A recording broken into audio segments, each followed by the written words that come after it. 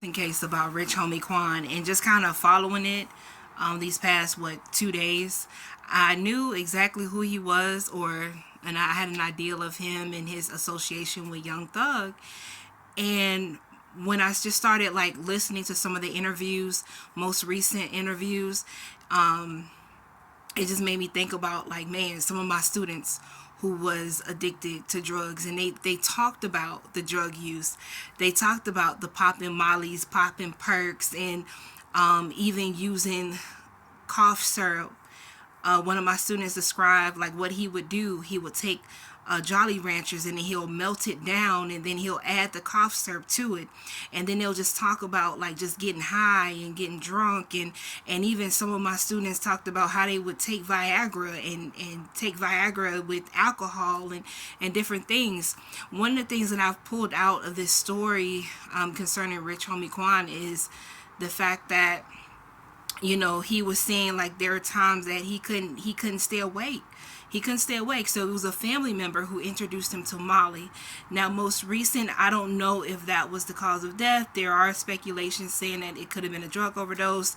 The girlfriend found him unresponsive, but the thing about it is that these rappers and different people who come off as being hard and different things like that, like, you don't know what type of pressure or stress that they're in. I know I've heard other rappers say that they can't sleep. They're really scared. They're afraid. They're walking around with so much anxiety and so much fear. Then I was listening to one of the interviews with Rich Homie Quan, and he was talking about how when he was locked up, and that's when he found out that he had a son, and then he said that, at that point before he was locked up, he was with multiple women. He was with different women because he just felt very vulnerable. So to hear a man talk about how vulnerable he felt, and that's why he was with multiple women, it speaks volume.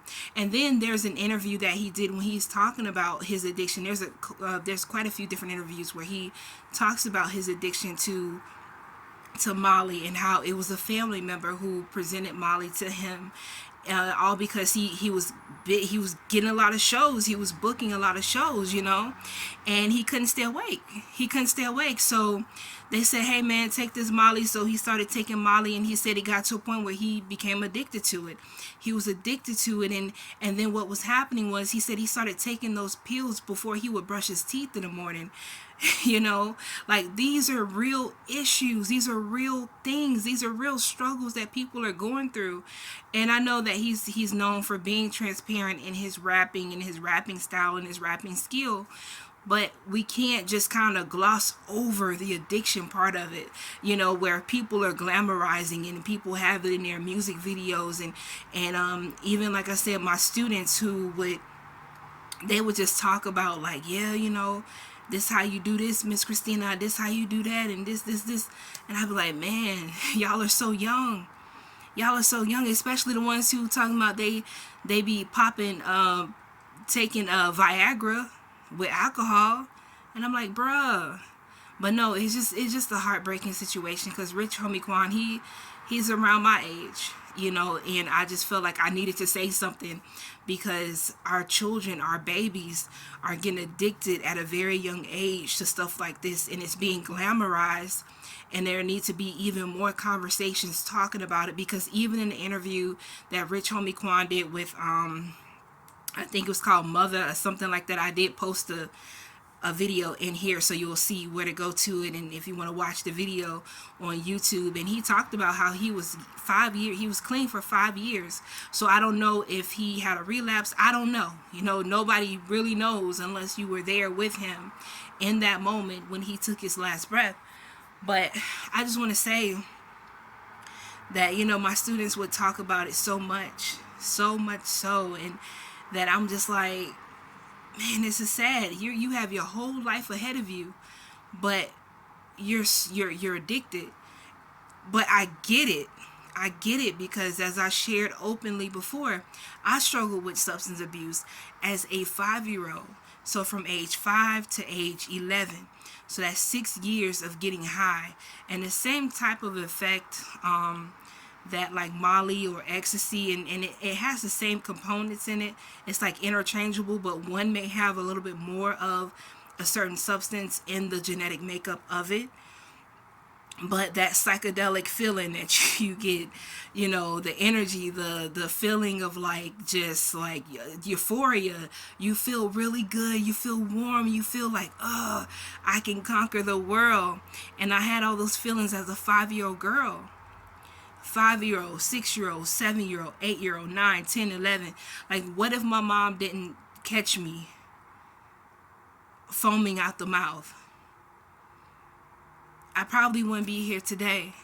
So we need people in our lives who are going to be able to call out those situations, to call out those demons, to call out those addictions, and to help us along the way. Because what I didn't like about the one interview that I was watching was how one of the guys, like, well, two of the guys, I believe, they just like laughing it off, like, ah, man, nah, you need to try this, what you need. You should really be doing the shrooms with this and this and this. Oh, man. That was the heartbreaking part, to see them laugh it off. Nothing about that was funny. And I know sometimes we laugh things off as like, oh, but no, I wonder if someone pulled him to the side, or if he had someone in his life to say, bro, whenever you feel like you about to take that pill, whenever you about to take that drink, whenever you feel like you want to jump off that bridge, call me. We need people like that in our lives that's not going to laugh at our trauma, but that's going to actually be there. To be there, not to just sit around and just laugh and think that it's the big funny, it's all funny, it's all games, because that stuff is very traumatic. And we don't know what type of things, or maybe he's talked about it in his music. I've only heard a couple of his songs, more so just in a discerning way. I ain't gonna lie, but the beats are catchy. The beats are catchy. You know what I'm saying? But I just think it's very important. It's very important that we don't laugh about those situations. We don't laugh about it because it's not funny. And I even though some of my boys would talk about how they would use the drugs and how they would make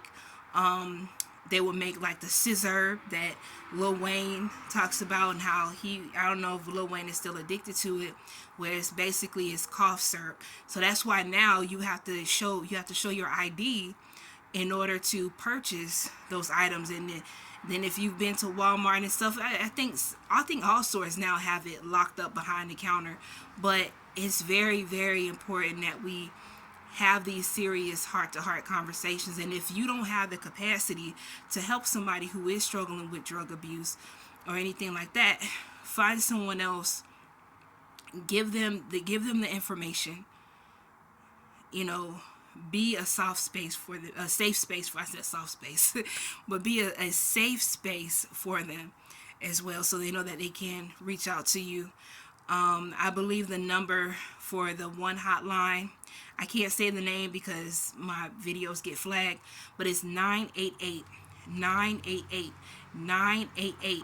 You can text that number, you can call that number, just say, hey, I'm struggling. You can reach out to me, inbox me, message me, and if you need some resources, I'll more than likely I will send those resources to you, because again, together we can heal. Suppressed wounds, redemption, and recovery, when suppressed wounds begin to heal. And my condolences to Rich Homie Quan's family, and also, which I think his name was DeQuantas, I believe. So condolences to his family, his friends. Also condolences, special condolences to those too who have lost loved ones to drug abuse, drug overdose, just struggling, trying to live. We all going through something, but again, together we can heal. That's my encouragement. Suppress wounds, redemption, and recovery. Looking over my back every 2 seconds, not want to trust no one. And it was hard. Then coming home broke was even harder. It leaves you mentally broken. Like, was I doing better when I was locked up, opposed to what I'm doing now? Yeah, I'm surviving, but I just feel as if I'm just breathing. I'm not living.